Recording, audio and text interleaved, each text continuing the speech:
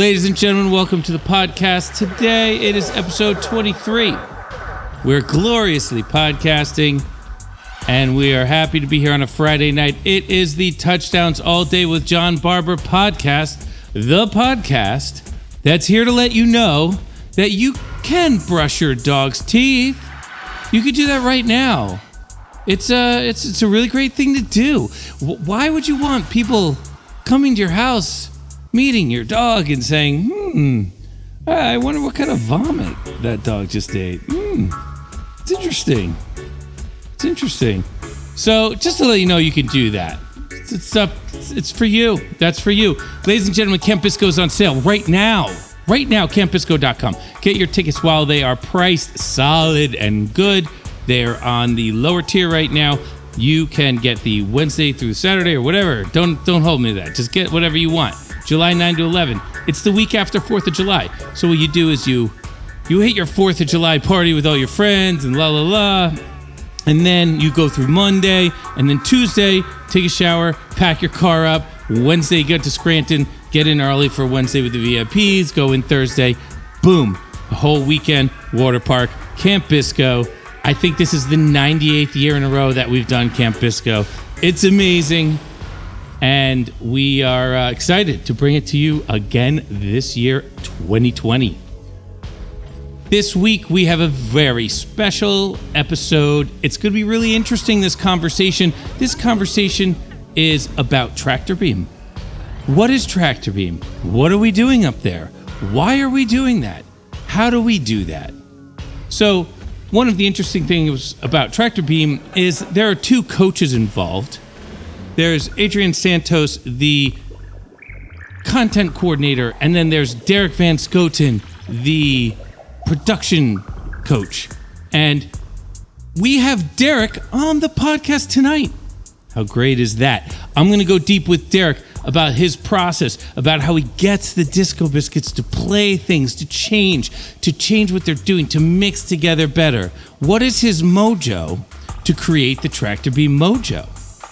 We're going to listen to a bunch of songs from New Year's, New York, and the subsequent Chicago run, and we're going to talk about it. So, same format as always, listening to music, talking over music, but now Derek is here with us to discuss these things, and you get to see a little bit about this role that we've created in Tractorbeam, which is the role of the coach, which obviously we borrowed from sports.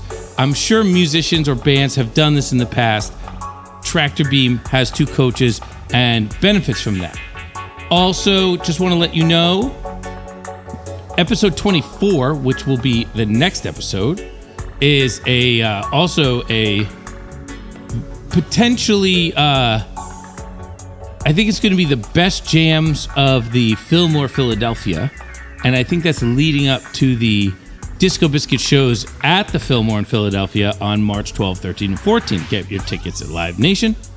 And we're going to play some of the great moments in that room because that is probably for its kind of room, which is kind of like 1,000 to 3,000 seat venues. I think it's closer to 3,000. The Fillmore is one of the best rooms we've ever played in the country in Philadelphia. It's great for Philadelphia to have such a wonderful room. And we love playing there. We've played great shows there. We played an entire hot air balloon there on 12/31/98. No. Sorry. That was at Silk City. We did it at 12/31/18. Very, very Freudian slip there. And we did that one at the Fillmore. So you can see that on YouTube. If anybody wants to watch the whole hot air balloon, you can go to YouTube right now, Disco Biscuits YouTube page, and you can watch that show. It's live. After the Best Jams of Fillmore, the next episode, which I guess is 25, will be a wonderfully celebratory episode for number 25. We got an amazing guest, John the General Schwartz, founder of SiriusXM, the guy who put jam bands on satellite radio. Was in my house for a couple days. He was going to the Grammys. One of his acts, he's a manager. One of his acts was in the Grammys, and he came here to spend the afternoon with me. He actually crashed here for a couple days, but, you know, I talked him into coming into the studio here and getting into it. And we really did. So that episode is going to be fantastic. So stick with the Touchdowns All Day podcast. Hashtag Touchdowns All Day. Be in the conversation. Let us know you're out there. Be a part of what we're doing here. This is wonderful. We're all having a great time. We, we're doing the Tractorbeam episode right now. Episode 23. Speaking of Tractorbeam, let's do the Tractorbeam tour dates, shall we? We are going to play on April 25th, 2020 at 2 a.m. in the morning, which is really the night of April 24th, right? Because it's Jazz Fest. And Jazz Fest, 2 a.m. is like 7 p.m., to be honest, right? So normal people, 7 p.m., you having dinner or whatever. Jazz Fest, 2 a.m., you having dinner, right? You're going for crawfish or something like that. And then on 4/24 at 2 a.m., 5:25, 4:25, whatever it is, go to Tipitino's. Good old Tipitino's, where the Radiators used to play. Love the Radiators. And you can see Tractorbeam. Now, and another interesting fact about Tipitino's, it's actually owned nowadays by Galactic, for those of you who are Galactic fans. I believe Tipitino's was going to go out of business. I think Galactic pulled a little cash together and bought the place. So good on Galactic for keeping New Orleans history vibrant. Great job, guys. It'll be fun to see you on the road next time I do. Next Tractorbeam show is in between. So Tractorbeam is playing the set break of a Disco Biscuits show, and that's at Mission Ballroom in Colorado on May 8th, 2020. So that's about a week after Jazz Fest. You'll see a full set of Tractorbeam in between Disco Biscuits at the Mission Ballroom on Friday. On Saturday, the Biscuits are playing again at Mission Ballroom, and Orchard Lounge will be playing that set. So really great shows coming up, folks. I hope you're as excited as we are. We're very excited. And I don't know what to say. I mean, this is popping, dude. It's Friday night, cutting a nice podcast. I want to do a shout out to the Osiris Podcast Network. We are a proud member of the Osiris Podcast Network. I got to hand it to those guys. They're doing a great job. They're getting tons of awesome music podcasts, and they're bringing them to you month after month. New podcasts. Really exciting to see what those guys are doing. They are really the network that's empowering musicians to communicate with their audience, much like our podcast. I think that we're doing our part to further the Osiris Podcast Network mission, which is to get musicians and audiences to be more cozy. All right, on the show today, we have a new bit. We have a new bit for you guys. I got to make a new bit song. So this week's bit is... This is Crunk Mike's latest scheme to give away more tickets than he was allowed to or we budgeted for. This is the correction. It's a correction bit. It's the Crunk Mike correction bit. Honestly, it's a full-time job to figure out all the ways that Crunk Mike is scamming us out of free tickets for the fans. So the latest Crunk Mike ticket scam is... he tells me the winner, then I cut the podcast, and then a couple days later he goes, oh, well, I fucked up and I didn't get the original winner, and now we have to give extra tickets away. So, guess what? At Spacey Erica, you were actually the first one to win the E023 Mystery Jam. You actually guessed it correctly before anyone else. At Spacey Erica, congratulations. The answer was January 19th, 2008, Rainbow Song into Space Bird, and you get a pair of tickets. So, you know, we have a structural problem in the podcast. Crunk Mike has all these new schemes to give you all tickets, and we don't know how to pay for all these tickets, frankly. So we might need a couple new sponsors. We might need a new sponsor or two to help pay for this constant scheming free ticket thing that's going on right in the next room here. He keeps pretending everything's a mistake, but we know over here what's going on. At Space Erica, you were the real winner. Whoever we told that you won, you can keep your tickets too. You didn't win, but you came in second, which, you know, we've all seen Talladega Nights. Send us an email to podcast@touchdownsallday to get your tickets. And if you want to sponsor the podcast and pay for Crunk Mike's prolific ticket giving away schemes, just send us an email or hashtag touchdowns all day and let us know.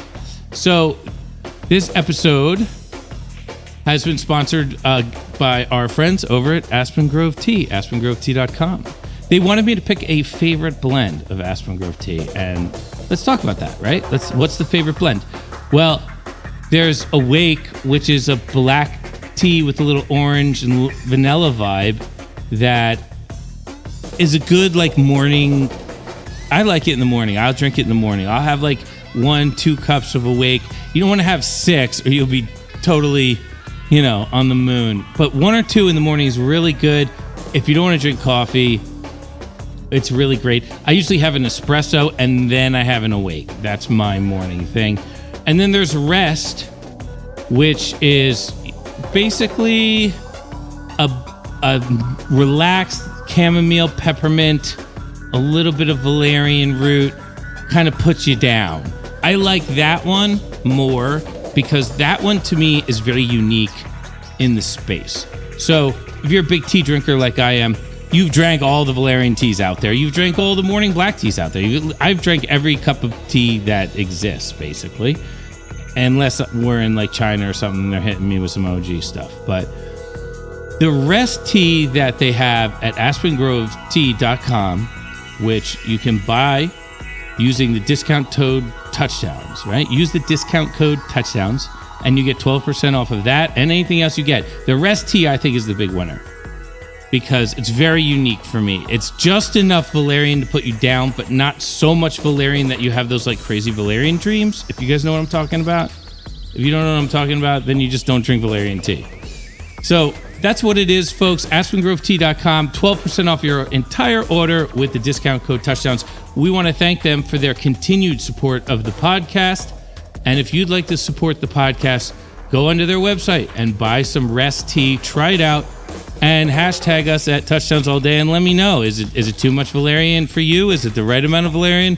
I find it to be a really great amount of valerian. So that's my favorite, is the Rest tea. Thank you guys for making it.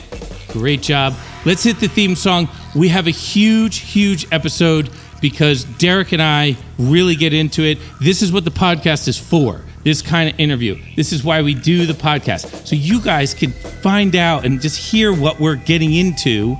And then you can tweet at us and let us know what you think about it and be part of it.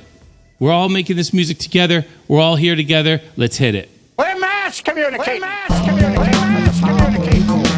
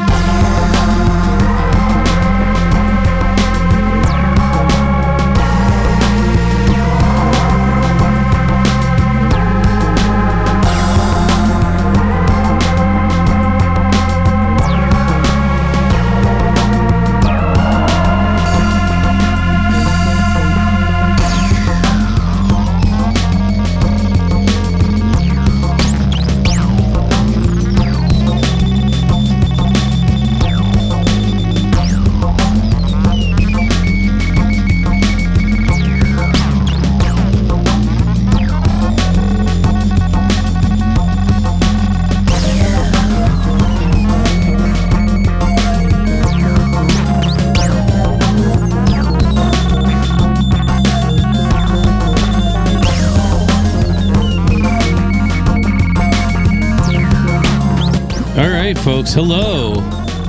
Welcome to the Touchdowns All Day with John Barber podcast. We have a special guest at the top of the program here. Hello, hello. There he is, folks. Derek. What's your full name? Van Scooten? What is it? My dad used to say scout like boat. Scout like boat. Derek Van Scooten. Mm-hmm. And you are a person whose career is long and varied and interesting, and you've gone a lot of different places. Currently, you have a song on a McDonald's commercial. In Chicago, and specifically. Oh, in that market. Yeah, yeah. It's amazing that they even told you that. Isn't it kind of crazy then? Well, they had to pay me, so they had to give me the stats as to where it was. Ah. Well, sweet. That's how it works.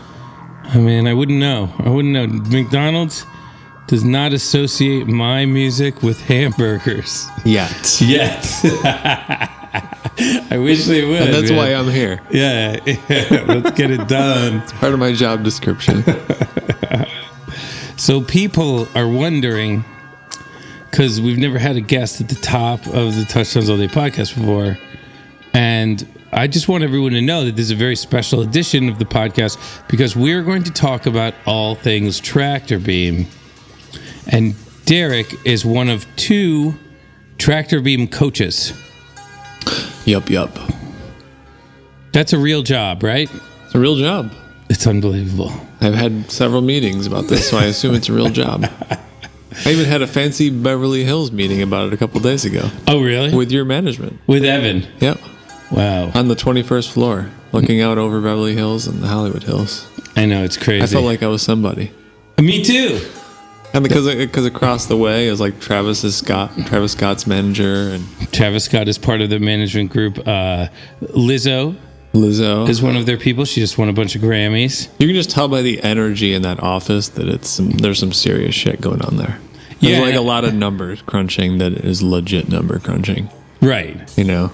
I ask myself whenever, I try not to bombard Evan, but like, what did they say to him about the Disco Biscuits? You know what I mean? Like, what did he have to say to make it okay? To push it through, yeah. To walk in there and be like, and the one guy's like, I'm managing Travis Scott. Another guy's like, I'm doing Lizzo. Somebody else is like, I'm doing, who else do they have? They're like Meghan Trainor had a bunch of big hits. She's a big star.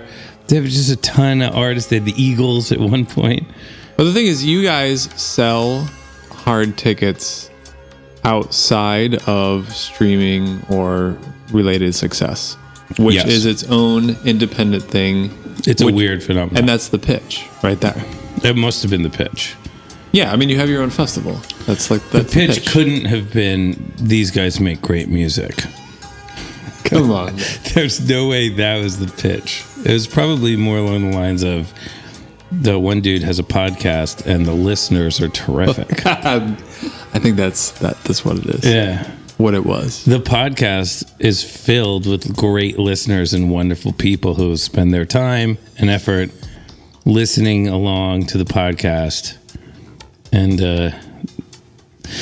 actually, they didn't say that because we didn't have the podcast when they agreed to manage the band, right? So I think it was, he just had a spreadsheet of what your hard tickets were. Yeah, and now they're saying, why does this guy have a podcast? How do we talk him out of it and get him back on the road? Until they hear this one. Yeah, exactly. This is the line of demarcation.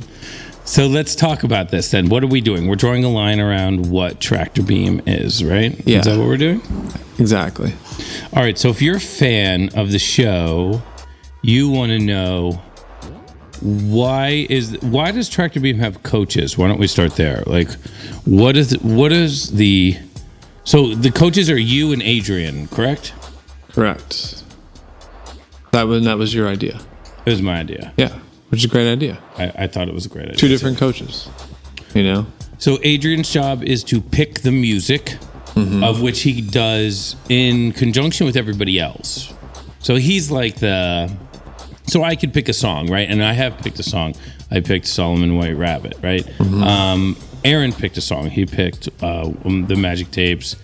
Mark picked Todd Tertiaire. Alan picked a song in there. Like, everybody's picked songs, but there's somebody in charge of picking the songs. It's the same thing that we do for Camp Bisco. So for Camp Bisco, I can put a band on the bill. Have you put me on yet? No. I'm holding your feet to the fire on the air. On the air. That's where we are right now. This is why they said I should give up the podcasting gig. No, I mean, are you going to play this Camp Bisco upcoming? I'm hoping so. Magner submitted to me. He did. And I followed up. But I think one of you guys got to follow up. I think Aaron actually mentioned it to me, so I think he actually took care of it. Fans, you're witnessing right now, like, some backstage wheeling and dealing. That's right. This is what it takes to get a gig at Camp Disco. Because Barber knows I'm going to fix a bunch of shit and is able to set. Like, I'll be on site to fix all his shit if he just gives me 60 minutes on Thursday. Right. All right. Ideally, actually, 60 minutes, 3 a.m. Saturday night. Like, that's the slot. That's the slot you want. That's the slot. Or Friday. Friday night, 3 a.m. Friday and Saturday. I mean, I don't see why that's not possible. I think the fans want that. I think the fans want to see a set performed by the person who is largely responsible for the success of Tractorbeam so far. Like, I feel like Tractorbeam is moving at its own pace and in a really positive direction. And it happens whether I go to sleep or wake up or not. And I feel like having yourself involved is a big part of why that is. I agree. All right, so we haven't told the fans anything. So you, as a Tractorbeam coach, Tractorbeam is something where we're trying to accomplish the impossible. We're trying to take music that is 99.99% made on a computer, where the computer is playing the drums, the computer is playing the bass, the computer is playing all the ancillary instruments, the computer is dropping a sample of a human when there's a human. Correct. If you're like, okay, no, that's definitely a human, the computer is dropping that. So what we're doing in Tractorbeam is we're attempting to play that kind of music, but as humans. Is that accurate? And that's where I come in. Okay, so tell us. I help you channel that. Right. So the process is Adrian, Space Cookie, who's a DJ. Right. Kind of burner scene, that's his taste. West Coast, housey. Brought his parents to Burning Man. Amazing. Yeah. He's an amazing That's dude. the kind of guy he is. He's a great hang. Yeah. Spiritual dude, very easy to be around. Lighthearted, world traveler, international man of mystery. Yeah, definitely. Flies an airplane, knows how to pilot an airplane. Oh, right. Yeah. That's part of the whole thing, too. It's part of his whole mystique. You should actually have him be the Biscuits' private pilot On tour. as part of the deal. Yeah. We're not going to do Once that. you're to mayor status. To Dead and Company status. I mean, I think you just get a really dope bus and you just drive, That's true. you know? Okay, so the process. Yeah. Adrian pitches the songs because he's the selector, the DJ. He is the DJ. So when he pitches them in what we call bits, right? That's right. Which are 10 to 15 minute musical segments. Yes. Cool. Yes. But they're from a DJ aesthetic. It's like in the middle of a DJ mix, 10 to 15 minutes. So it might be 3 big chunks. It might be 9 smaller chunks. Right, and we're actually going for that. Yes, that's the aesthetic. Yeah, we're You're not trying thinking- to play a song for the fans that we take from that world. What we're doing is we're taking, and a lot of times Adrian creates it, an actual set of DJ transitions that we learn as a band, right? Does that make even sense anyway? It doesn't matter if it does. What a traditional live music fan would call that is a medley. No. But no, it's still a Medley relevant is term. like a time. It's like saying every DJ is doing a medley of trance But music. they are. And No, if you played it's like- Irish music, they would call it a set. And like an Irish set would be 10 minutes, and it would be 3 jigs and 4 reels and an air in the middle of it. It's the same thing. It's just it's a bunch of pieces.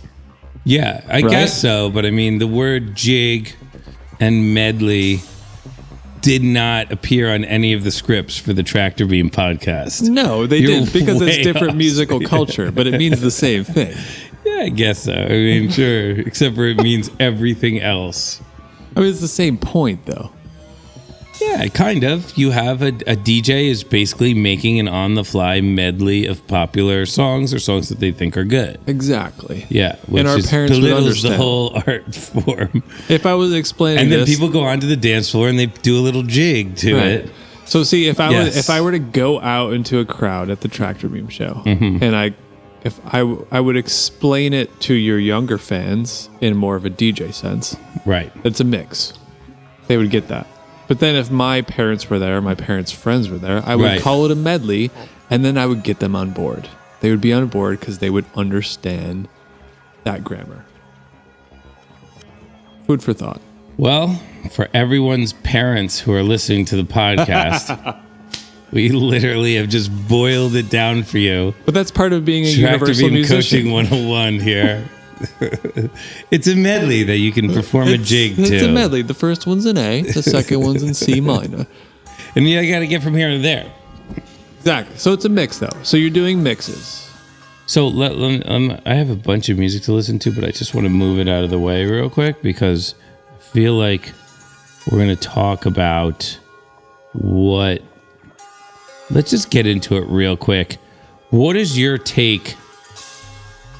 Because you've been a Tractorbeam coach for a few months now. Mm-hmm. I think we're month 3 now or something like that. Yeah, something 3. And so you talk to every member of the band individually about what they're doing during Tractorbeam, right? 100%. So is that the core of the gig? That is probably the most important part. Right. Because if the individual parts aren't functioning, then the whole can't function. Right. Right. We could get away with me talking to you guys individually, trusting that you'll piece it together, more than me only showing up to a band rehearsal and not talking to any of you individually. Okay. I agree with that. I feel like the work that you and I have done on my setup alone has been, it's kind of transformative to the vibe itself. And then when we do Tractorbeam together, I'm ready to do it because my guitar synth works really well. I have patches. I'm ready to do what I got to do. Right. It's like when marching bands have sectionals. Again, here I am referencing other genres of music, but music is universal. And other lame genres. Like, it'd be cool if you were referencing dope genres of music. So, but I don't think like Major Lazer has sectionals. Yeah, of course not. Like, do you think The Diplo sectionals shows up backstage? I think they have couch sectionals in the backstage room. But I don't know what the relevant thing was, but it's the little parts have to be strong in order to make the whole strong. Right. You can't do it the other way around. Right. You know? Yes, you can't top down. And I think all music is that way.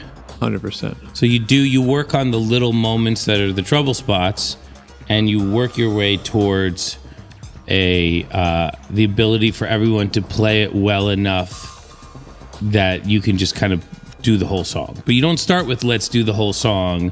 No way. Because it pisses people off. So when you start with let's do the whole song, the first couple of mistakes that you make will piss off members of the band. And then you won't even get through halfway through the thing before people are like, why are we doing this? We're screwing it up. So you kind of have to start with little pieces. 100%.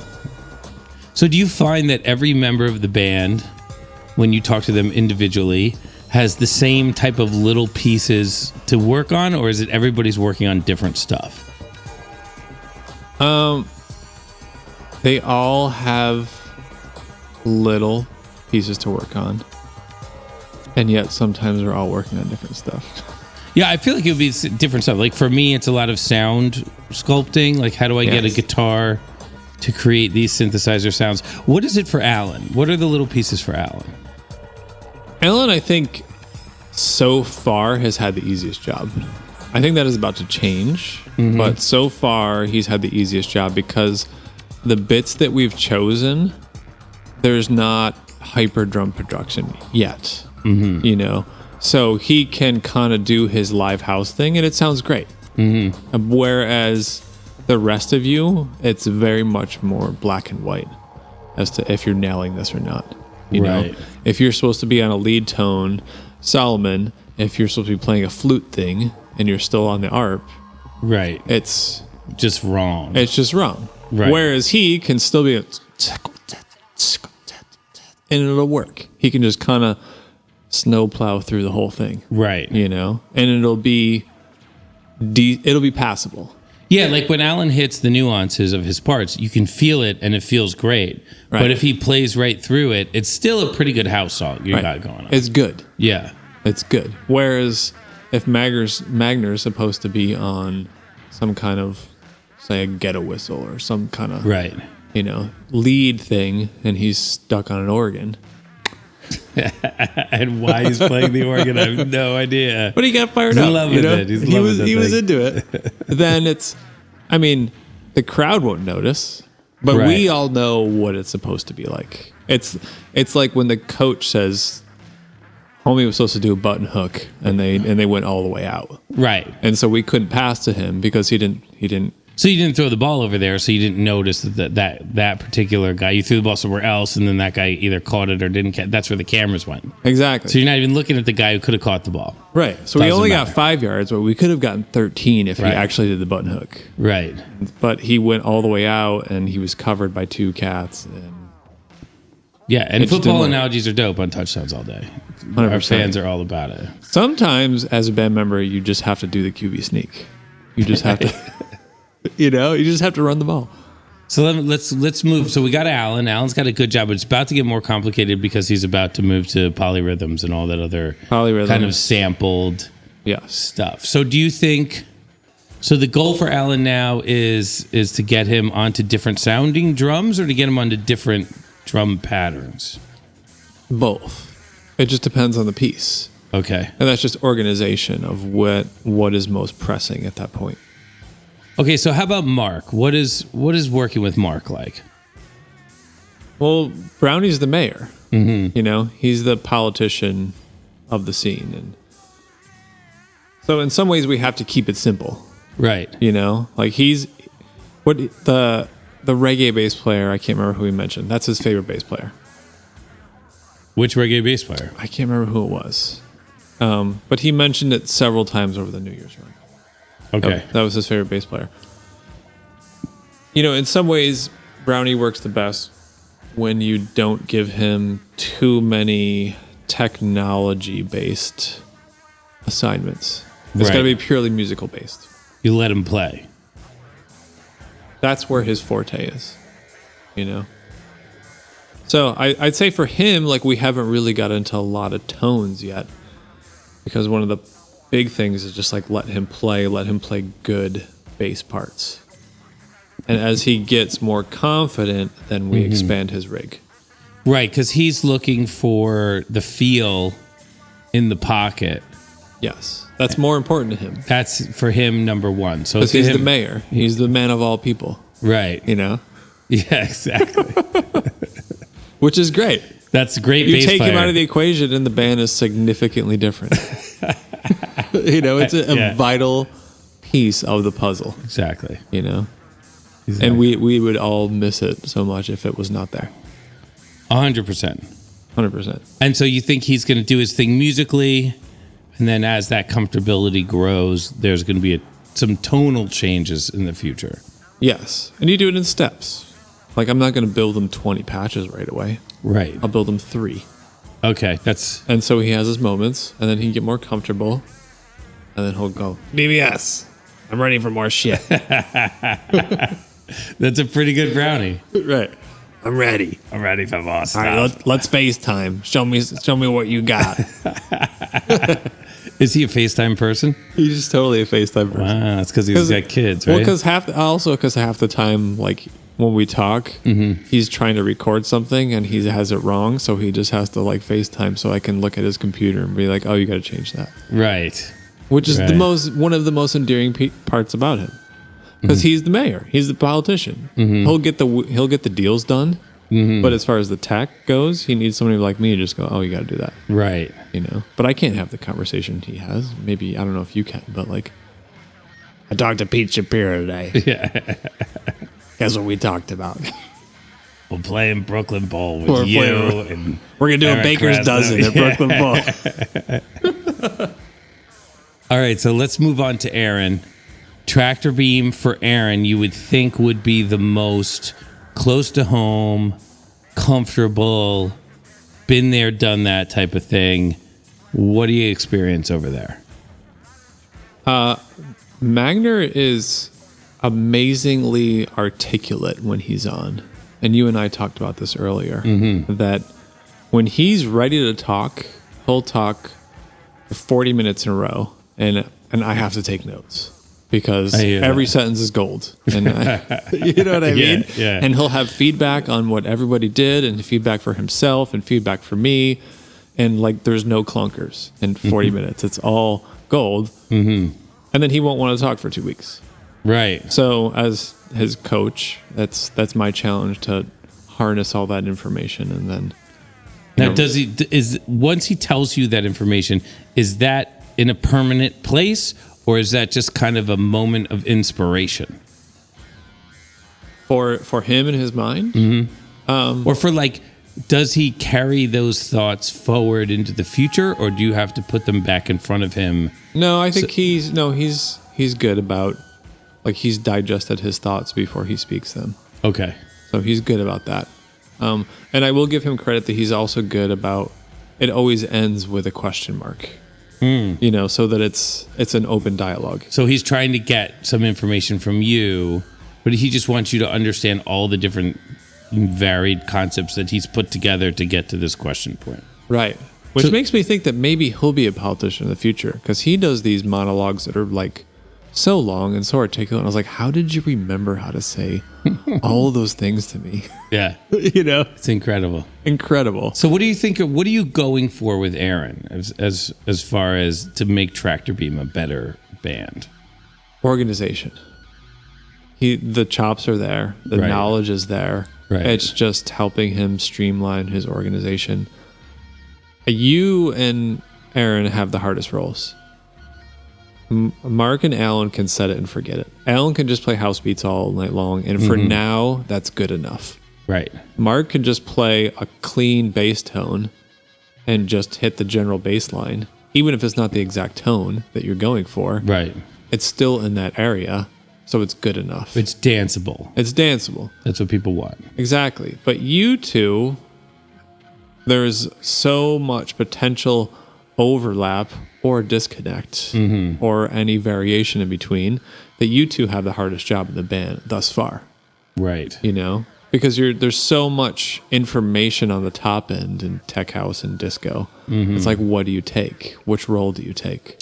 There's often more than 2 or 3 lines. 100%. So we're always leaving something out, I feel like. Always leave something out because you don't want to do any playback tracks. Nor do you necessarily want to do looping and be sucked into that.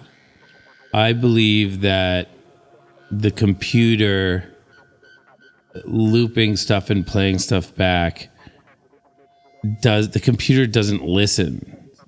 It doesn't. So I don't really care what it has to play if it can't listen. If they made a computer that could listen, then I would be more interested in hearing what it would have to play. If you were to walk on stage and join Tractorbeam and wear earmuffs and just look at a timer and then play something along with the timer, I would not want you to do that. Right. That's what a computer's doing. Right. It's just his earmuffs. It's not listening to you at all. Not listening to you at all. Doesn't care about anything. But that's what automation is. There it is. It's automation. Yes. Is what it is. It's a robot that's taking commands from you. Yeah. And I feel like when we are so in tune to each other on stage, where we're literally sitting in the cube playing with each other, where if somebody hits something too hard or too soft, I'm reacting to that. Right. The whole night. And then I just feel like the computer, whenever we've jammed with the loop, it feels like this person who doesn't care about the nuances that are being played. I feel like the computer is not very good at jamming, personally. I just think computers are bad at it. And I think loopers are extremely bad at jamming. The worst member of the band. I don't like jamming with them. Worst member of the band. Yeah, I like jamming with a metronome. Right. Yeah, computers are great for not rushing or dragging. Yeah. Horrible for everything else. Horrible for hearing the difference between what you played tonight and what you're going to play tomorrow and making a decision that makes sense with that. Right. Terrible at that. Terrible. I mean, maybe I'm sure there'll be AI in the future that fixes that, but yeah, not today. We have some AI on stage. My guitar synth is AI. Yeah, let's talk about that. Sure. So let's go back to 30,000 feet. What about the guitar? Same question for everybody else, but let's talk about for the guitar. What do you want to see happen with the guitar? With the guitar? Or with my role in Tractorbeam? I think we're really close. We've got all the ideas there. The chops are obviously there. You're a great player. So it's kind of the same as what the challenges with Magner. It's organization, because you guys there's 7 parts that 2 people are trying to play at any time. Or let's say there are 3 to 7 parts that 2 guys are trying to play at any time. So then it becomes a series of compromises, And those parts are all like being produced. Okay, let me ask you a different question. When Tractorbeam does a song, we're not covering another band. We're covering not a band of computers. We're covering a literal, fully mixed studio production. Right. So do you feel that there's a difficulty in that in itself? Like the fact that I'm on stage playing a patch, I might be on the wrong patch. Or no, let me say, I might be on the right patch. I might be on exactly the correct patch, playing exactly the correct notes.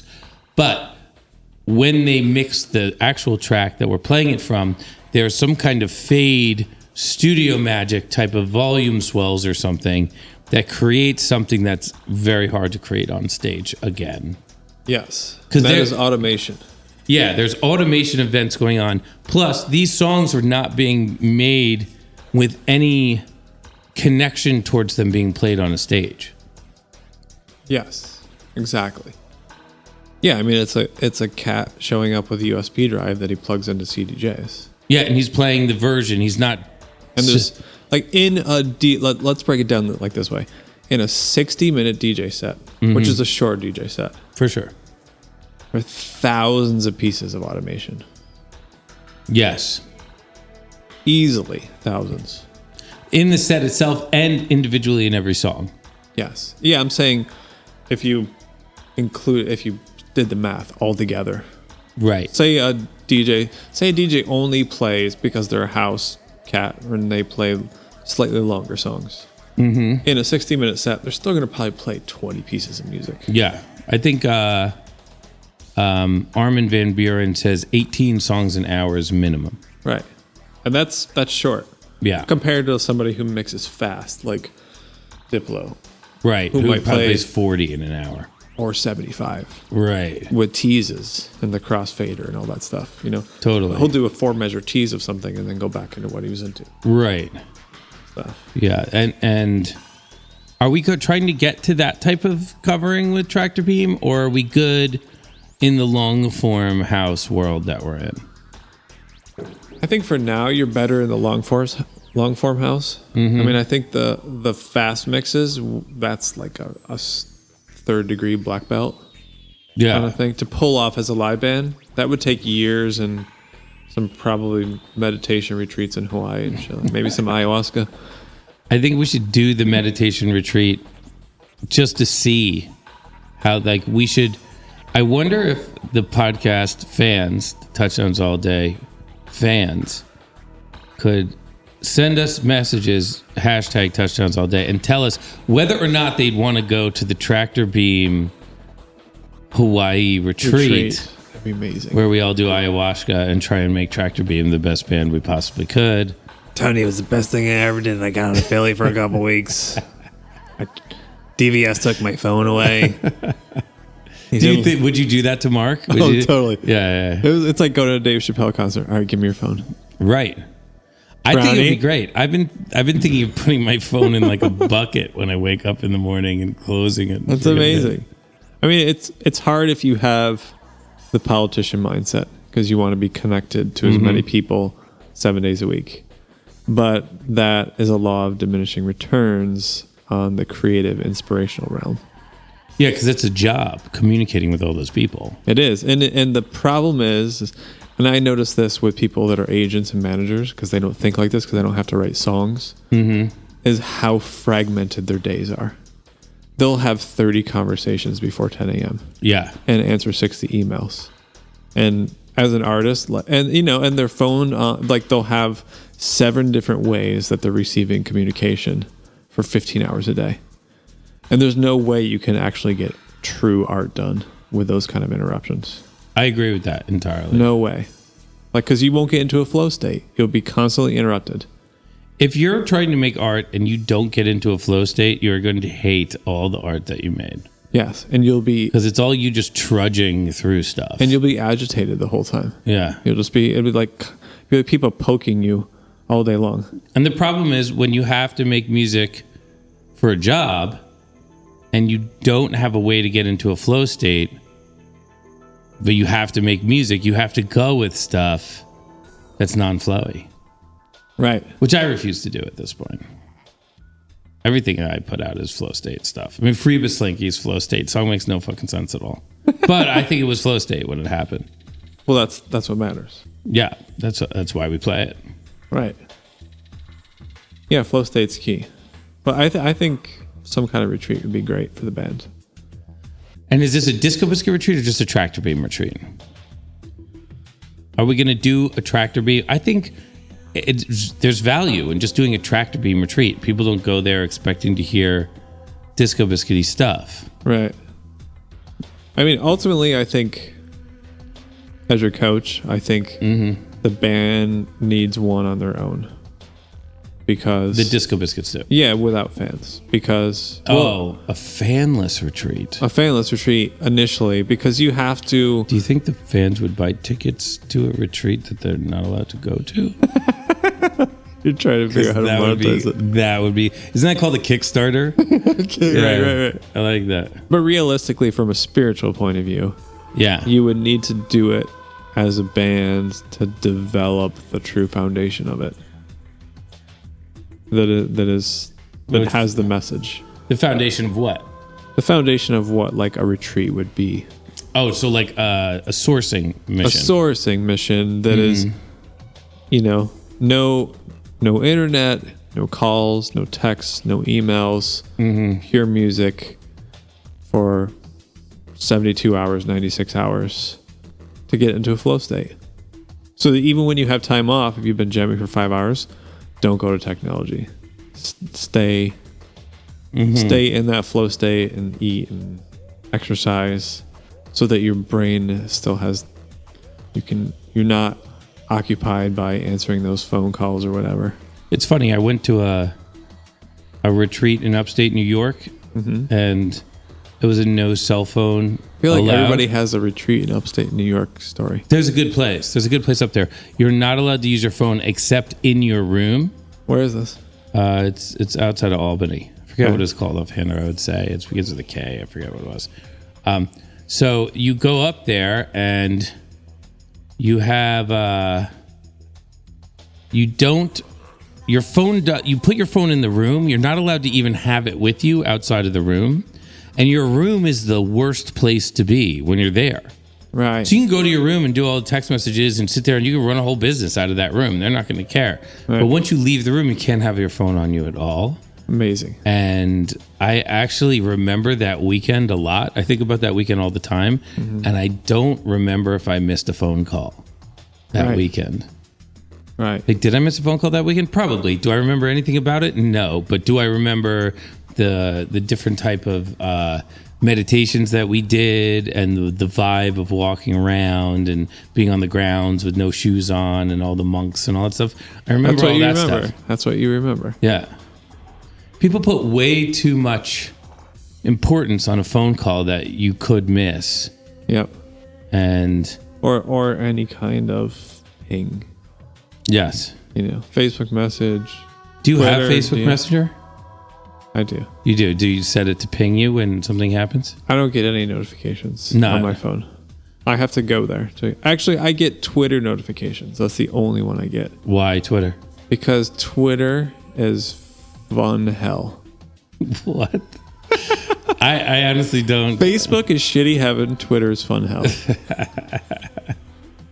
I don't. Why is one heaven and the other hell? What is the difference? Facebook is shitty heaven because it's all the people that you know that you kind of don't like. Right. Twitter is fun hell because it's all the people that you don't know that you like. Right. You know what I mean? It's like stars and it's like hyper partisan politics and it's porn and it's music and it's like the other day everything. The other day I bought Girl Scout cookies. A guy who was retweeted by somebody that I follow that I don't know retweeted another person who I've never even heard of, who posted a video of his niece doing her speech for Girl Scout cookies, and I went onto her Girl Scout page and bought the cookies. She lives in Chicago or something, but Girl Scouts have this thing where like it's just their corporate. Right. You're just buying it from corporate Girl Scouts, but she gets the referral. Right. And so I literally... It's like an agent percentage. Yeah. It's like, who are these people that I'm buying cookies from? I have no idea, but the video was charming. Was this from and Twitter? I love Samoas. Is that what this thread is? Yeah. It's from Twitter? On Twitter. That never happens to me on any other network. Right. Twitter's been good to me. Like I did a video 2 summers ago playing guitar on top of a Disclosure tune 3 days after they had released it as a single. Okay. And my daughter was in the video, so it was super cute. And they retweeted it, and it got like 60,000 views in 2 days. Oh, wow. And I don't know that would have happened necessarily on any other social media platform than Twitter. What other one would it happen on? It's not going to happen on Instagram. It's not going to happen on Instagram. Maybe on Instagram, but like there would have been very little reference to me. Do things go viral on Instagram? I feel like the thing about Instagram is nothing goes viral anymore. It can't because there's no sharing of stats. Yeah, there's no like a way to like push something out. Everything gets Russian dolled into its own into thing. Something else, and next thing you know, you never see occasionally more than 2 Russian dolls. Right. I've had a couple that have jammed pretty hard, but like when it just gets some kind of super hot algorithm that breaks the system. They've all been with my daughter dancing because it kind of broke the system. It was like, hey, it's like Ableton and a guitarist and a cute little girl. I mean, that's how it's a good formula. That's a serious strategy to get huge right there. Right? I don't dislike rock that and at all. roll guitar, or like actually it's like slick neo soul guitar, Ableton and the push, so you got something that lights up that makes beats, and then a cute little girl who's dancing in a ballet outfit. I saw that video. See? How many did you make of that video? I've done I totally know what you're talking about. Right. Yeah. I saw that. We've made like 50. I saw that. I don't even think I follow you on anything. I saw that. Right, exactly. Which happens all the time. So wait, if the fans want to follow you, what's your Twitter handle? At Cloudchord. At Cloudchord. CLOUDCHORD. Awesome. So if you want to follow Tractorbeam Coach Derek, at Cloudchord on social networks. Yep. I do follow you on Instagram. You follow me on Insta. Yeah, for sure. But yeah, most of the guys follow me. I think I have this gig because Mark follows me. Because he's the mayor and he keeps his pulse on the people. Yeah, he knows the people. Know? He did. He's the one who... He's the one that suggests, I got the perfect guy for you. Yeah, that's exactly how it went. He knows how to windmill and he knows how to program shit. Talk about windmill, like the breakdancing move. I was thinking guitar. But both. Right? Like a breakdance windmill would be amazing. He knows who John Mayer and Diplo are. It's the perfect mix for this band. Perfect mix for the band. It's true. All right, so we have a bunch of songs to listen to. Let's do it. Let's listen to some music because it sparks the convo. Yes. I'm going to move the theme song out of the way here because clearly I'm going to have to start the show beforehand. We're going to have to restart the show because we talked way longer than the allotted amount of time. Yeah, it was like we were like 5 minutes deep. We're 5 minutes deep. We're 5 minutes deep. All right, let's listen to this. This is 12:27 at the PlayStation Theater. Here we go.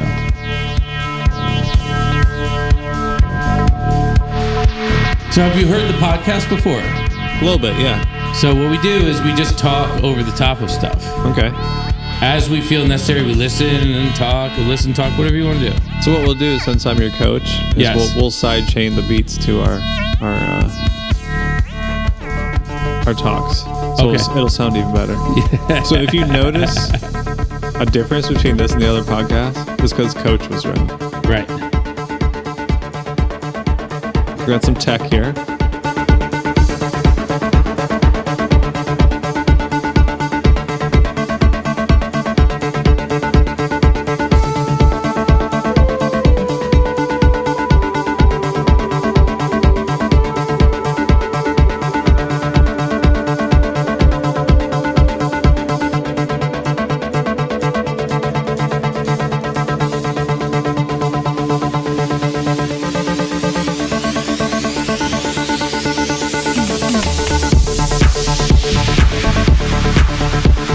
Listen to that sidechain. Sounds amazing. That's great. The thing that I love about is this a band right now? When you listen to this, do you I know if I played you this and was like, how do you know it's a band? Because I'm your coach. But would my mom know it's a band? I don't think she would. Unless that coaching stuff runs in the blood. Right. But it doesn't go upstream, it only goes downstream. Yes. Do you know that the cells of you're a zygote that's grown out of control, right? The zygote is the sperm and the egg together. Okay. Do you know the egg that made you was in your grandmother's body? Yes, I didn't know that. Is that crazy? Crazy, huh? Yeah. That was you were once part of your grandmother. This is great. I love it. I think I remember, so this is 12:27, right? Yes. I walked back in the room while this was happening. Because You were here for this. Yeah. But I wasn't here for the beginning of this because I was across the street setting up for the Tractorbeam show. Right. And then I came back in because we needed something. And you all were playing with us. And it was great.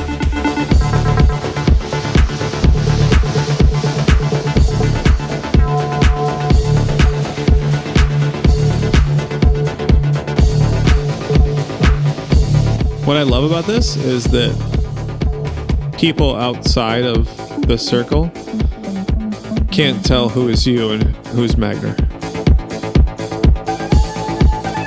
There's no obvious guitar tone. Yeah. It's all synths. I can tell. Well, you can because you're inside of it all. Do you think the fans can tell? Not without the visual. Like, who's playing the siren right now? They don't know. Unless they were there. I think it's me playing the siren. Am I wrong? I think you're probably on ARP.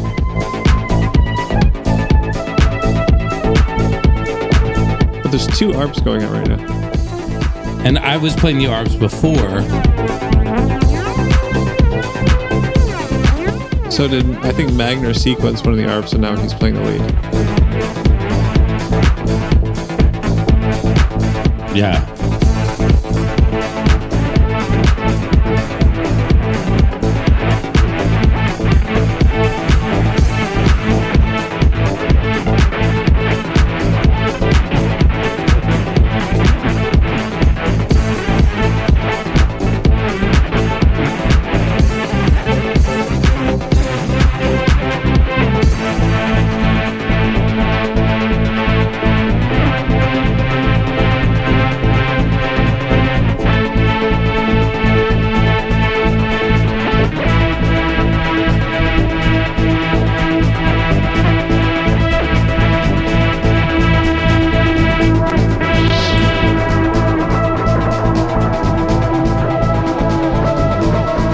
What they call the riser, right? Build it up. Slow riser.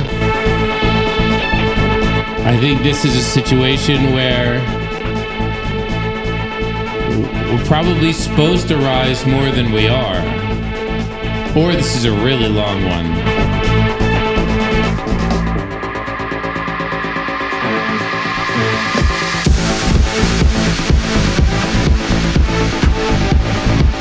It got there.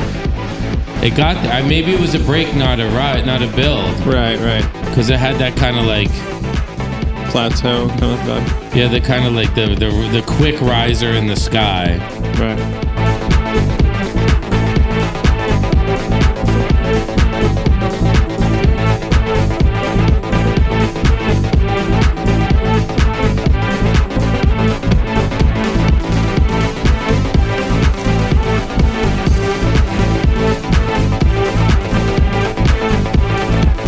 So who's that on top? I think that's Aaron right there. Yeah.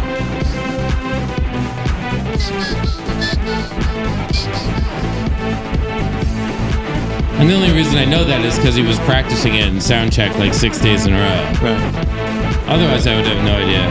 I mean, I think you can always tell which one's the guitar because the guitar is always a little sloppy.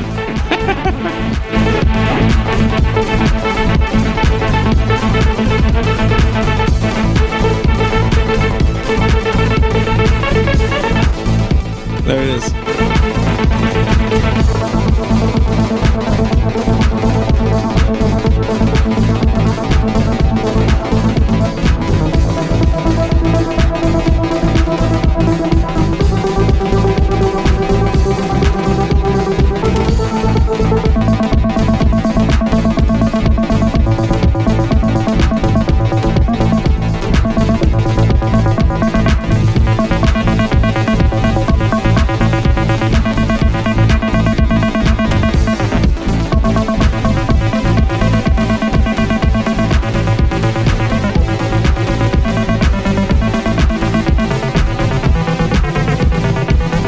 So is this pre-sidechain?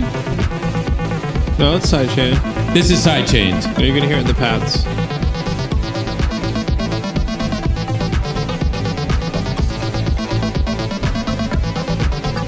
Just tell the fans what sidechaining is. Nah, they don't even want to know.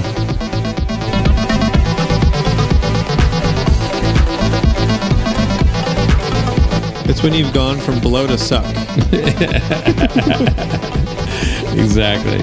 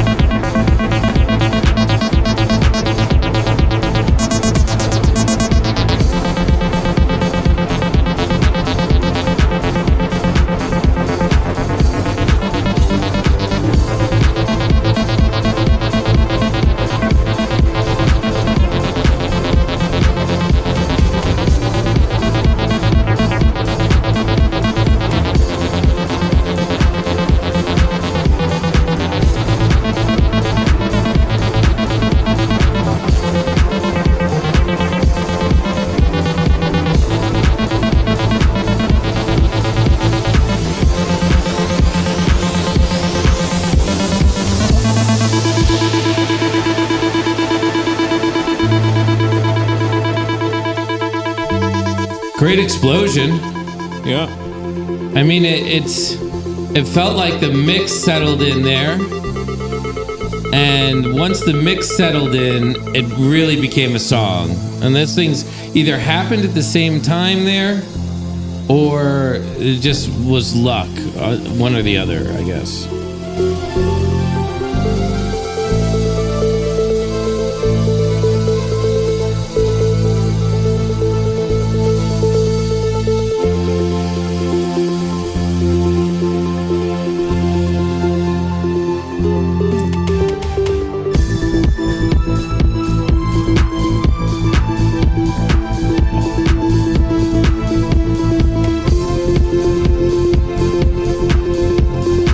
So you're on the ARP here and Magner's on the pads and lead.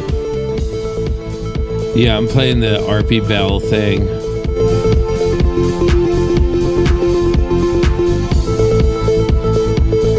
It's got a little skip in it now. And I'm playing that skip. That right there. Yeah. So if you were just playing an arpeggiator, it would be much straighter. But because I'm actually re-triggering arpeggiator as we go, I can put little nuances in it here and there. All right, so that's 12:27. So you guys could check that out on YouTube, the full show. That's Tractorbeam, middle of the second set.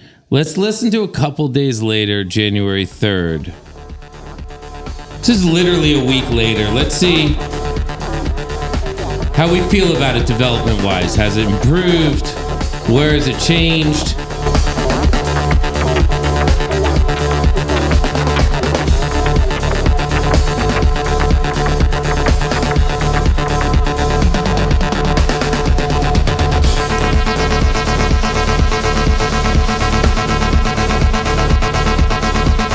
This one's got more fire, for sure. Part of it's the piece in and of itself, but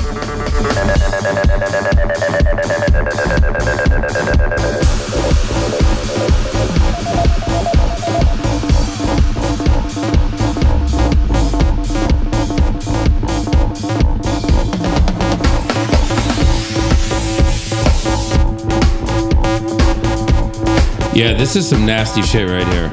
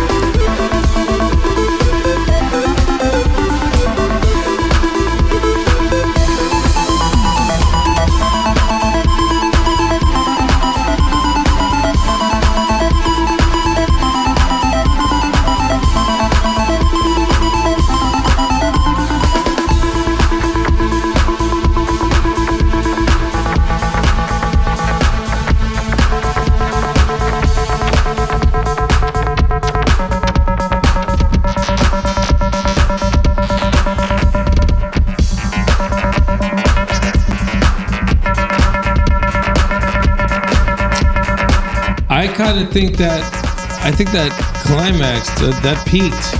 Yeah. That got there. And it got there because it was kind of like, hey, let's play the song, but let's leave on all the crazy artifact delays and play the thing backwards once every while, but not like... It sounds like underproduced techno to me. You know what I mean? Right. Which is live band techno. Live band techno.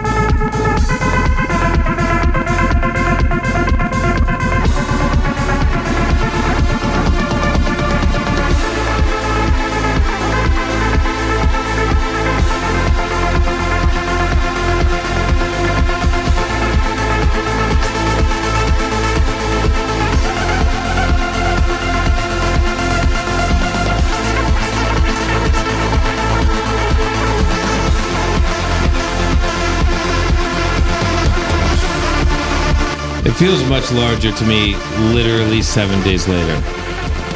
Right. It totally sounds like a different band than the last song that we listened, like what we listened to literally 10 minutes ago. Right. It's been 7 days. Right. Some of that is the piece, some of that is the settings, but most of it is the band.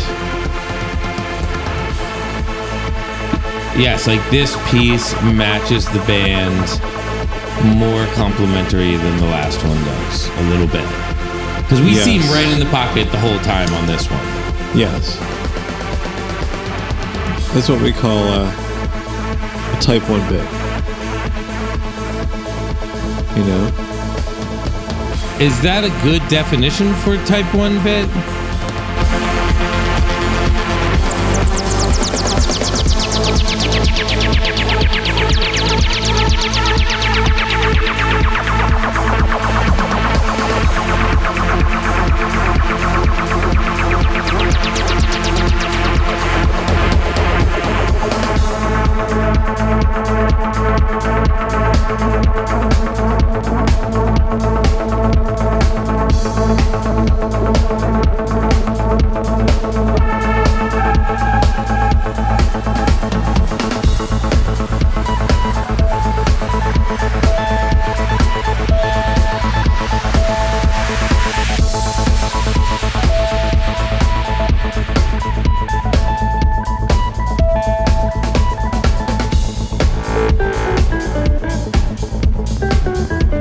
Sorry. So we were saying about type 1 jamming. Type 1 jams. Sorry. The reason I took that call is because it didn't. I think that was my friend Kevin. It didn't show up on the phone as Kevin. It showed up in full capital letters, like emergency call. Huh. And I was like, man, it could be an emergency. Otherwise, like, who takes a phone call during a podcast? Like, what a lame thing to do, dude. Seriously. How terrible. Sorry to all you podcasters. Let's talk about type 1. This is the thing. How are you going to define it? Accuracy. It's a series of categories. It's like gymnastics. Okay. Like, what gets the gold medal? You know, what's a gold medal jam? What's a silver medal jam? What's a bronze medal jam? Same kind of idea. And so if you think about it in like maybe a gymnastics thing, it's not like, say, like a 100-meter dash where there's just a clear winner. Mm-hmm. It's based on a series of criteria. Right? I think criteria is in the Mediterranean. Criteria. That's the name of one of the bits for later on this year. Letting the cat out of the bag. Criteria. It's like a tech house thing. It's in a minor key. I like it. It's got some Greek samples in there. If the name Tractorbeam doesn't track well, maybe we'll change the name of the band to Criteria. We only tour in Eastern Europe. During May. And June, perhaps. So Type 1 Jam, I mean, really it's what gets the best overall score. But I don't ever hear the word Type 2 Jam ever used. I just hear about this Type 1 thing. So, Type 2 Jam is like, we kind of know this, and it's not going to get any better if we don't just start playing it in the show. So, let's start. Oh, so Type 2 means it has to be you really a Type have 2 no idea what you're doing. You got to play it a little bit. Yeah, there's no Type 1 jams that were never a Type 2 initially. See, so that to me is backwards. Because for me, I'm a skier. Type 1 skier is like a beginner. Type 2 skier is fairly advanced. Right. And Type 3 is this whole nother thing. Right. Is expert. So I guess maybe a better word would be tier. Tier 1. Like a Tier 1 jam is like top shelf. Top shelf. You know, top shelf jam. It's like $100 a shot. But this isn't top shelf like opinion, that was groovy and cool. This is like you accurately did what you set on stage to do. Yes. In a way that is almost indistinguishable from your yes. Maybe we should name it a gold medal bit. Yeah. Gold star bit. It was a silver star tonight. Silver star. This is silver star bit. Let's listen to 12. Let's go back to 12:30 and see what this song has in order for itself. All right, so we'll talk more about. We'll listen to this one and we'll see if it's Type 1 or Type 2. Okay, let's check it out. Awesome bass tone. Yeah, the mayor. I love that. The mayor keeps it simple. Man of the people. That's a slogan right there. Totally.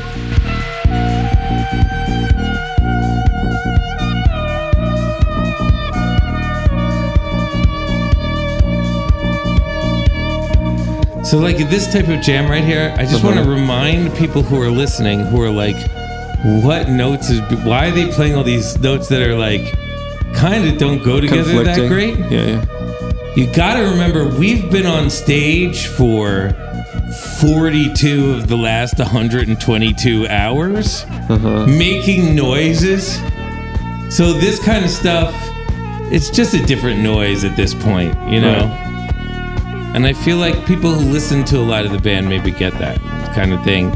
But it's just, I have to say it for my own remembering.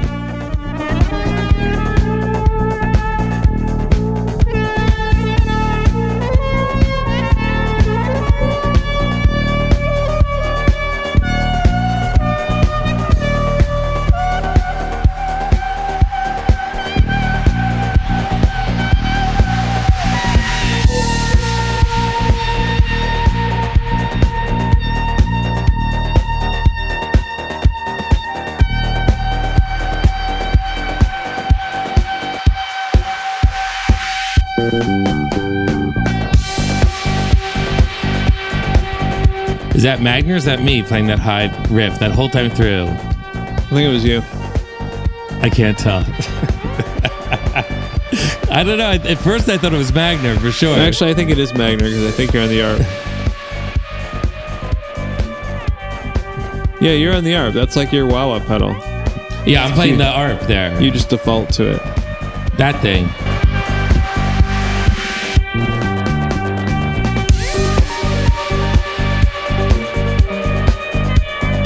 Also, it was Magner because you're on the high part. Because Magner just changed this different ARP. That's definitely him. That's definitely him. So I don't have that sound for sure. You're up top. Yeah. Wow. If you're listening on headphones, the cool thing about Magner's patch right now, the ARP, is it's panning. Right. It's going back and forth. And we're capturing that on this version, which is amazing, right? It's so cool. How are we capturing? Who recorded this then? So he must be sending a stereo, and it's just obvious in the mix that it's going back and forth. Yeah. It's real clear. It's interesting because I think I go mono. Maybe I should go stereo.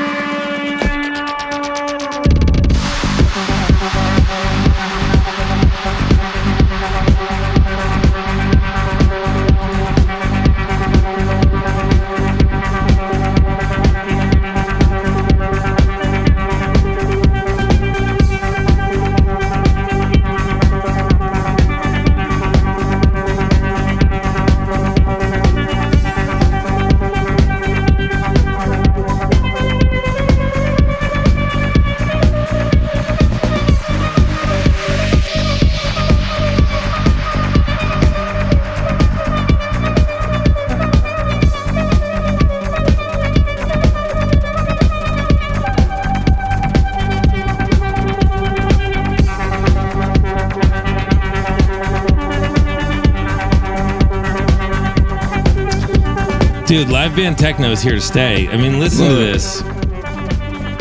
It's awesome, and yet it's still obviously live band techno, don't you think? Yeah. Sounds great right here. You can really hear Magner's panning right now.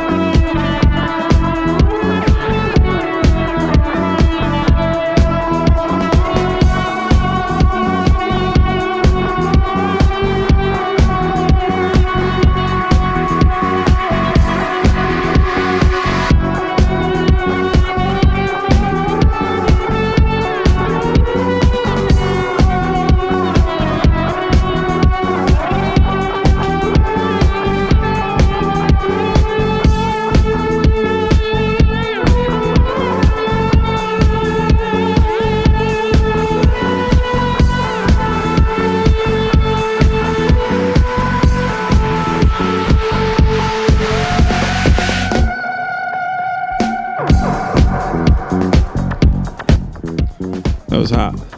I loved that bit right there. Great. You can tell we've done that a few times. Everyone was very confident they would switch sounds and come in confidently with their new sound. Yes. Because they know where it's going and what's going to happen. That's very close to a gold medal bit. I would release that. I would take that multi-track. I would whip that into something good. I'd maybe edit a spot or two, like add a vocal or something, and then just put it out. Because I don't know. Are you really gonna play it any better than that? And when you walk into the studio, are you really gonna put you don't so have much more fucking pizzazz in it? Because you don't have the energy that you were able to capture from the rest of the show. Yeah. And being in a different town, and it being part of a multi-night run. Having played it 3 or 4 times in the past, probably 14 days in front of people, where you have to know your shit. Yeah. Like that was this is a 12:30 version. We probably played it 3 times this month already. Totally. So it's a lot. How many Tractorbeam songs do we need? You know what I mean? Do we want to go for a lot, or do we want to be able to play them multiple times like that so we can get that version? Because I'm happy. I'd like to hear the rest of the versions of that song, just because I'm so jazzed by that one. Right. Well, that was what we were talking about earlier. What? So you and I, for those of you at home, they don't know about this, but so Barber and I went on a bike ride earlier, and most of the time we talked about Tractorbeam. Yeah. Right? We're biking side by side. We're talking about Tractorbeam, processing our creativity. We talked about the benefits of going wide versus deep, or deep versus wide. Yes. So going wide is we have opposite natural inclinations on this topic. Right. On this particular topic. Yeah, on this particular topic. Because you're seeing it more from a jam band point of view. Right. Because you're feeding it to society via the Disco Biscuits. Exactly. And I'm coaching it via a producer's DJ lens, which is, it's better to have 3 amazing minutes than 15 silver medal minutes. I disagree. Exactly. I think you're much better with 15 or 20 minutes of silver medal that you can get hot on. Yeah, but I see what you're saying. It makes sense. In a jam band context, you're right. Yes. In every other context, I'm right. Right. There's only 2 other contexts, so it's fine. All right, let's see where this flight of Magner's Fancy's going.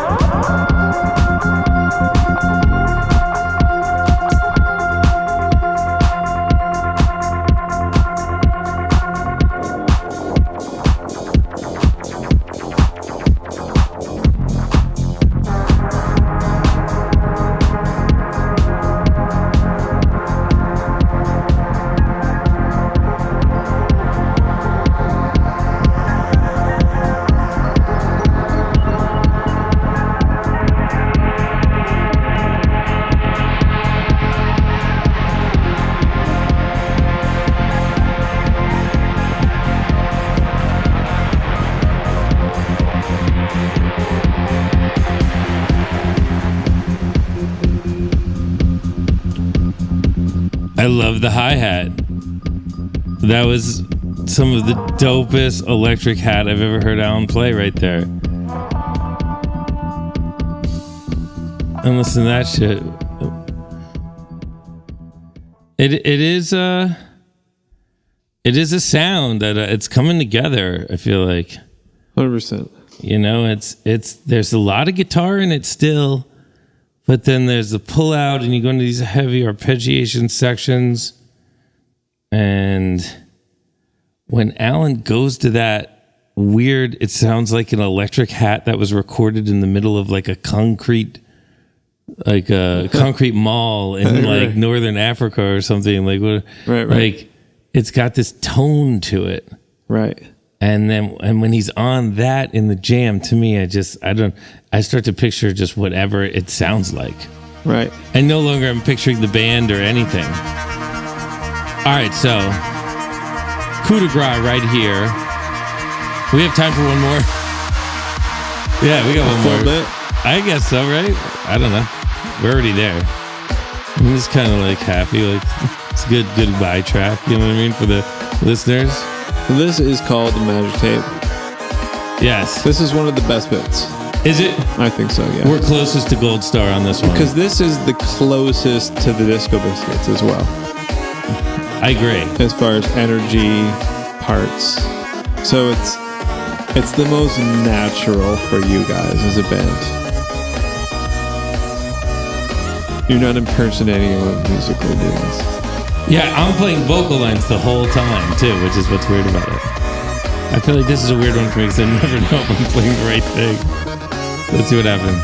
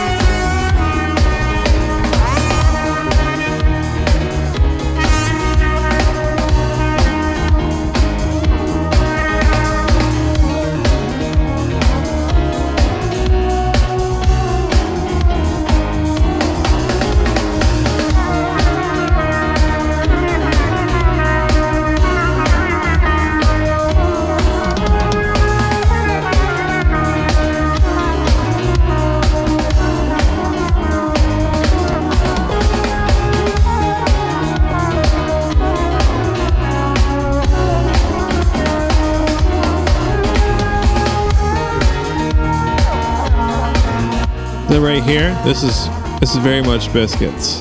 It's great. This pocket, it's great. Yeah. It feels so natural for you guys as a band right here. Honestly, it feels...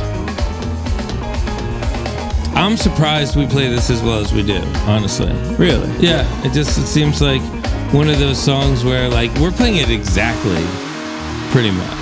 You know, everybody in the band is kind of, except for me, but everybody else is playing it exactly. I'm doing it super sloppy, but I just started playing the guitar line, like, everything I'm playing is vocal line, and like doesn't make any sense to me. So this would be a great song for at dinner, for those of you at home listening. Yeah.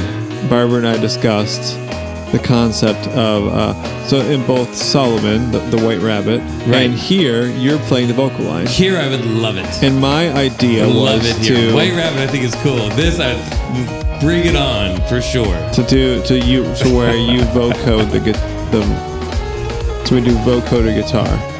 Right, and just explain to the podcast people, and not to me, because I totally understand it 100,000%, but to people in the audience who might not understand it, explain to them how you put a vocoder on a guitar. What a vocoder is. So classic examples of vocoding would be like Daft Punk, Around the World. Around the world, around the world. So it's a synth sound, but it has a vocal part. Right. It's a lot like the talk box. So like, Do You Feel Like I Do by Peter Frampton was an earlier version of this concept. And so when he's like, feels all right, and it was like sounded like a robot. That's actually the vocoder.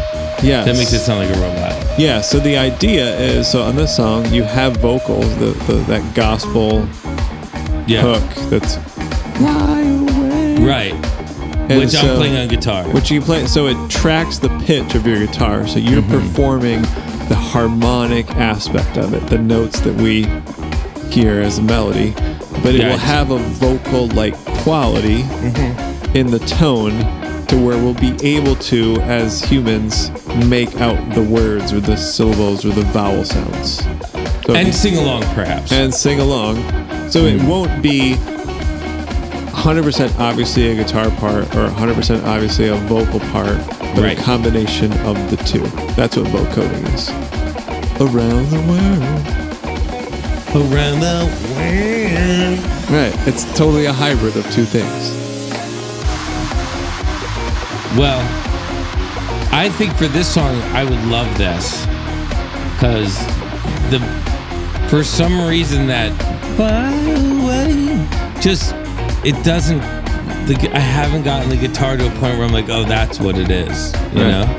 This is my favorite part of the bit right here. Let's check it out. I love it.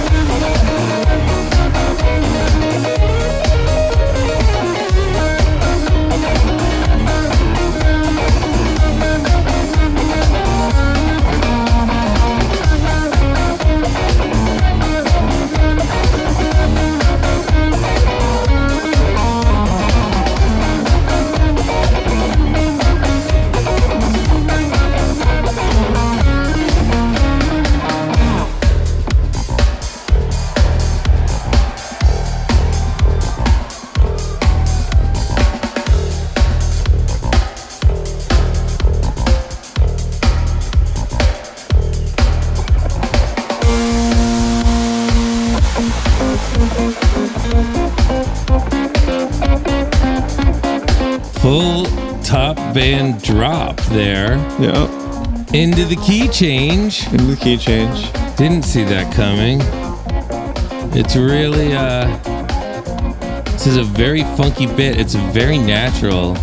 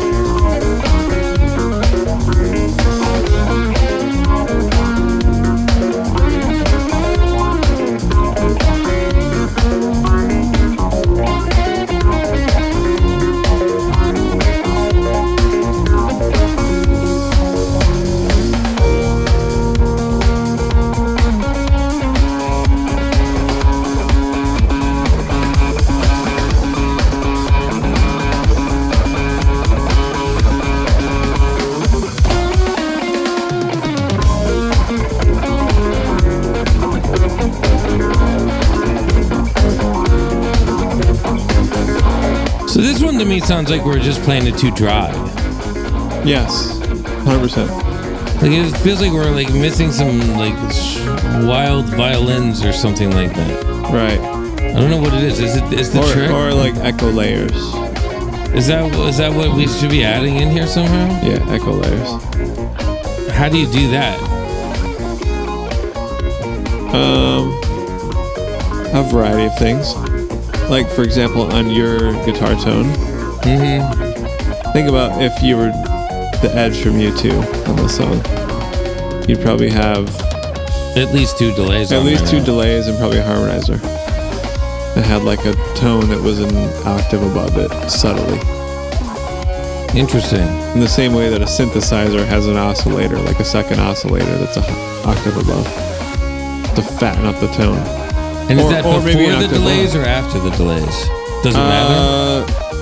It doesn't matter. It probably before. Interesting. I think I have that pedal. Probably do. I probably do. The trick with pedals though is like getting the perfect dry wet. So for those of you at home that don't know the difference between dry wet, it's the ratio of just pure guitar tone versus the affected tone. So how much echo are we hearing versus how much just pure guitar are we hearing. Yes. So you get not enough, and it just feels like plain old guitar. Which is what we're hearing right now. And if you get too much, it's like, it's swampy, it's muddy, I can't, all I hear is whoosh, whoosh, whoosh, whoosh, whoosh. So it's all artifacts. Yeah, so it's like making a great soup. Like, no salt, it's bland. Too much salt, you can't even eat it. It doesn't even taste good with crackers. No. You have to dilute it into 50 other bowls. Right. Just dilute it. You'll be fine. Dilute it and throw in more noodles. Just open up like one of those square noodle pouches. What do they call those noodles of pouch? Ramen pouch. Right. And then just throw the noodles in the soup and you just double down. Right. Yeah. And then put the salt from the pouch in the water too. Totally. Yeah. The water. Don't forget that. Billy, water.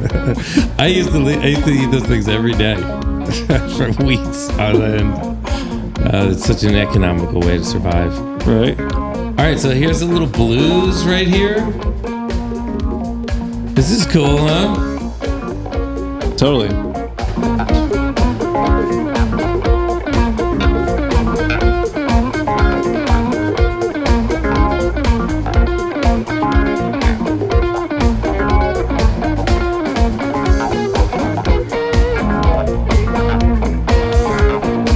So I love this thing that Mark's doing. He's not playing the bass the whole time.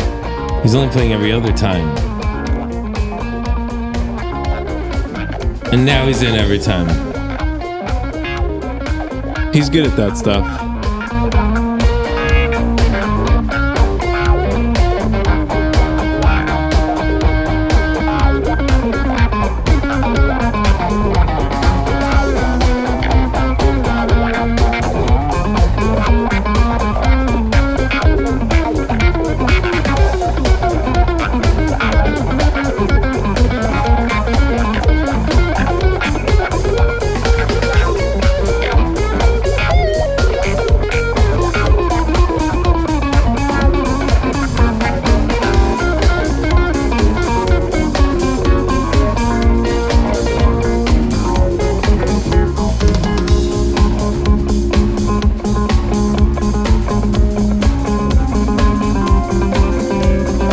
See, the thing is, in this kind of blues jam, I'm always trying to avoid turning it into a funk guitar solo. I'm always avoiding in this type of music.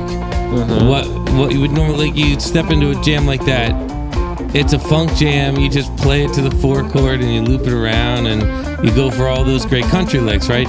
But I feel like whenever I do that in the Biscuits, it's not a thing that the band gets jazzed about. And so I'm you can hear me avoiding it in there. Right. It's kind of interesting. Well, you got to play to your strengths. Yeah. Play to the team strengths. Play the team strengths. Get everybody rocking on something. And that's usually the weirdest thing. Like, the weirder it is, the more likely it is to go over really positively with the whole band. Especially... we should all be so lucky. It is a very lucky thing. Look, we want to thank all of you listeners out there for allowing us to do this. This is a super fun gig. Totally. And here we are, diligently at our craft. Diligently. We've been working all day, though. We have been. We accomplished so much today, in addition to a bike ride and barbecue. And it's Saturday. Most people are just... We're working because we care. We're working for you, folks. For your folks. We're working every day, tirelessly, to make Tractorbeam the greatest band on the planet. Ladies and gentlemen, let me thank for being on the podcast, Mr. Derek Van Scoten. Happy to be here. DVS for short. DVS for Coach short. Derek. Yep. AKA Cloud Chord. That's my artist name. AKA Cloud Chord. What's Cloud Chord mean?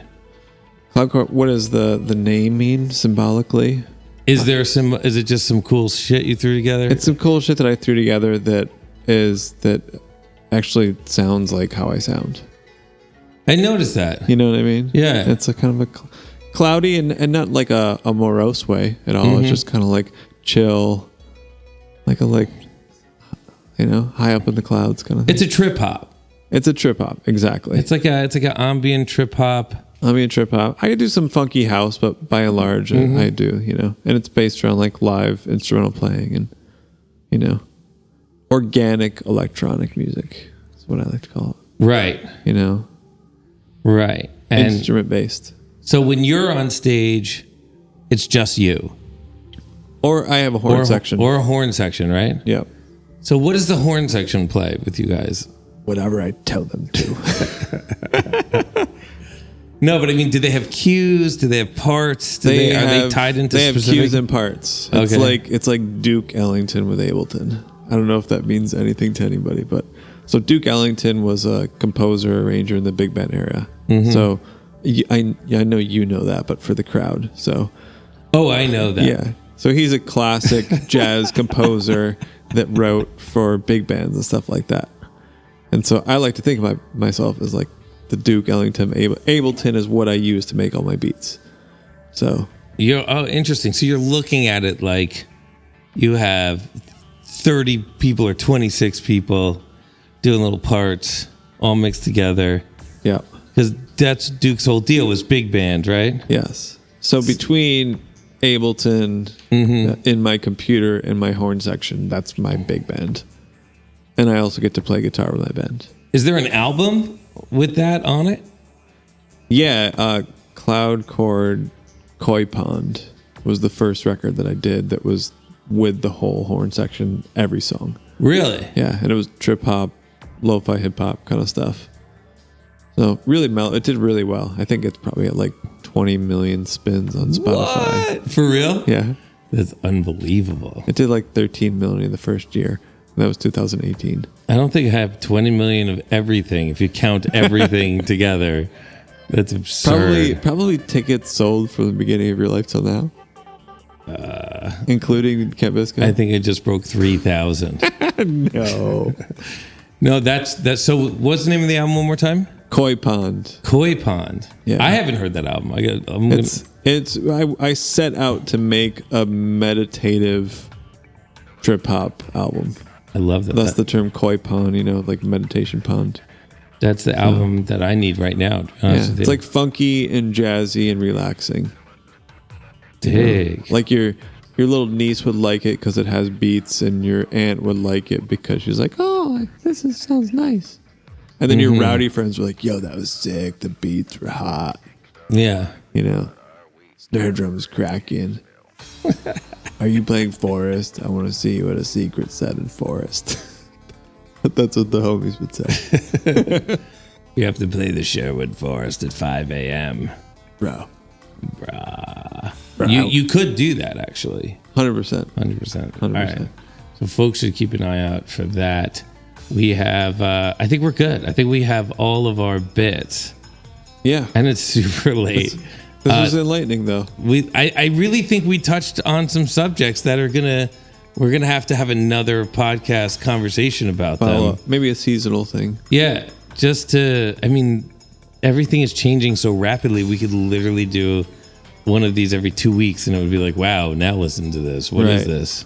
We could literally do one every time you and I get together and work on your guitar chain. Yes. Well, so real quick, so can we talk about why I'm out here? Why are you out here? I thought you were out here to do what we're doing right now, which is podcast about Tractorbeam. But I'm a businessman, so I killed two birds with one stone. Okay, so why are you out here? So I was out here to become Ableton certified. Mm-hmm. So now I'm an Ableton certified trainer. But you're clearly overqualified for that job. But it means I'm part of the Ableton Illuminati. Oh, right, the Abletonati. Abletonati. Exactly. So I'm part of a secret culture, which is great for Tractorbeam because I'm on the inside. That's right, because we use Ableton. Yes, that's everywhere. The technology that you guys use, and you use it inside the biscuits too, because when you do jams and you're doing guitar synth, that's Ableton. Magner uses Ableton a whole bunch. Anytime you hear Alan hit synthetic sounds, 7 out of 10 also times, Ableton. Yeah, it's like even when it looks like he's hitting a piece of hardware, somehow it's going through Ableton. Right. So it's Why do we choose Ableton for this role? Why, instead of Main Stage or Logic or? because it's the most Why do we use flexible. Ableton? Because it's the most flexible brain. You can do the most things with it. So And everyone's I'm asking not you to paid do- to say this. It's Yeah. the reason why I went and got certified is because I believe in it so much. Well, you run your whole system on it. 100%. I Yeah. produce all my music. I make my albums. I mix and master them. I play live. I coach you guys. I give guitar lessons. I can literally teach Sweet Home Alabama on Ableton. No. I'm just saying. It's not possible. Well, let me give you an example why. The feel won't be there. It won't. No, why I would teach it though. Why? Say the lick's too fast for somebody. I could slow it down on Ableton. Say a girl wants to sing it and it's too low. I could pitch it up. Say, I don't know. Yeah, but you can do that in anything. Say you want to play it on cello and it's in a weird key. I could switch the key. And you could trigger, if you played it in cello, you could turn it into MIDI and play Serum with it. Totally. Play dubstep patches. Or we could send In it to, real time. We could send it to Steve and splice, and he Yeah. can get us just the vocal line, and then we could vocode it. Is the changes in music technology, are we going back to musicians, or are we going to stay in everything that everybody listens to is a mixed and mastered recorded item? It's either diced up or not. Are we going to move away from musicians because the imperfections or whatever reason why you can't produce it enough or you don't have any control over it? Where do you see the music world going right now? I see technology as ultimately a good thing, because it's an equalizer. It weeds out bad shit, just like the internet did. Think if you were a musician in the 80s, you could be passable and have a career because there was no internet. If you were Joe that lived in Des Moines, like people didn't know about Phil and Phoenix, right? Okay. So, it's But you knew about, James Brown. You knew You about Michael did. Jackson. You knew about Eddie Money. You know what I mean? Whoever is the closest genre to this guy. Exactly. But the point is that as somebody who, you and I were talking about this earlier, like I'm a big fan of acoustic music too. Bela Fleck is actually one of my favorite musicians of all time. Yes. So my roots run Agreed. deep on both sides of the tracks. And so I used to listen to Bela Fleck's third album religiously. UFO Tofu? Yeah. Which one? That's Like a good one. religiously. Like I listened to it like every single day it was in college. It was before the Biscuits were a band. It's like somehow a great jam band album. It's amazing. It's You just know? the quality of the playing is unbelievable. And then Bella comes out on top at the end with like the most sterling high end of the song lick. Right. And he'll go double time with his rolls. Yeah. It's just ridiculous. It was just ridiculously great. It was a joy to listen to. Totally. I mean, still is a joy to listen to. I gotta check that out now that we're Spotifying, right? Right. We just go, yes. So to answer your question in two sentences, Yes. technology is good for musicianship. It's good because it's a transparent mirror on how do you really sound. And so listening back to your recordings, auto-tune is a band-aid, right? But it can also tell a singer how they will sound if they sing accurately, and it will allow them to strive for something. Same thing with... Wait a second. So auto-tune fixes people singing, right? Yeah. So you could say, well, that's bad because you can be a shitty singer and auto-tune can fix it. That's what people say. But if you use it in a productive way, you can say, well, this is actually how I want the end result to sound. So can I actually Right. perform? You've loopholed your way into using an auto-tuner. Can I Thus can I Daft Punk. sound as good as, like, for example, John Mayer uses very little auto-tune. Right. You know. Does he? I have no idea. Yeah, he uses very little. So, but as a singer, you could say, well, let's auto-tune my voice, and maybe I practice my ass off to get to the point where I sound as good as the auto-tune without the auto-tune. Yeah, but why would you... Yeah, I guess so. You want to sound... But, like, who has time for that much practice. I mean, Everybody should. Everyone should, but it's years right there. Well, what else are you doing? You're just skimming Facebook? You're watching porn? No. Checking out Instagram? No. What better thing is there to do than being great at your craft? Well, Netflix? I like Survivor. I like watching Survivor. All right, so if you can watch Survivor, we're though. going to talk about just television shows. I'm looking forward to Westworld. I think it's going to be good. You can have both. No, you can't. You can't watch Westworld and really Bela practice Fleck. vocals. Yeah. You definitely have to pick a lane. Well, we ask, like, Bobby McFerrin, do you watch Westworld? Well, yeah, he does. That's Don't Worry, Be Happy. You know? So don't worry, be happy. You're good. You're good, dude. Yes, it is the discussion that has no end.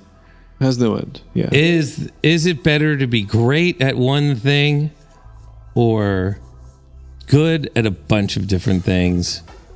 Right. And at what point is being great at one thing a collection of being good at a bunch of things amassed in a way that creates greatness? Yeah. Or is greatness just a single thing or two that you do? And these are the deep conversations we have on this podcast. Right. And you're not going to hear this anywhere else. And they're both correct answers. Yes. In certain situations. Yes. Right. And it depends on you and your mission in life. And I feel like in Tractorbeam, we've found a situation that is right in between the two of them. Because there are so many skills to at least have some kind of some kind of ability to pull off regularly that are necessary before you get to the point of mastering it. You have to at least be able to be in the game and function on a right. And you're saying you get that out of the mastery, which just makes total sense. All right, look, folks, we've been here before. You've all heard this. We'll get back to it on another podcast, but for this one, we're going to wrap it up. Cheers. Thanks, Derek. Yep. Really great, and I love talking about all this stuff. Check out Tractorbeam. We're gonna put up some SoundClouds, right, or something like that. Yep. Yeah, we're gonna throw some SoundClouds up for y'all. And if I get my way, by the end of the year, there'll be Tractorbeam singles. They'll be less than 4 minutes. All right. That's pure gold medal action. You heard it here first, folks. You heard it here first. We're mass communicating.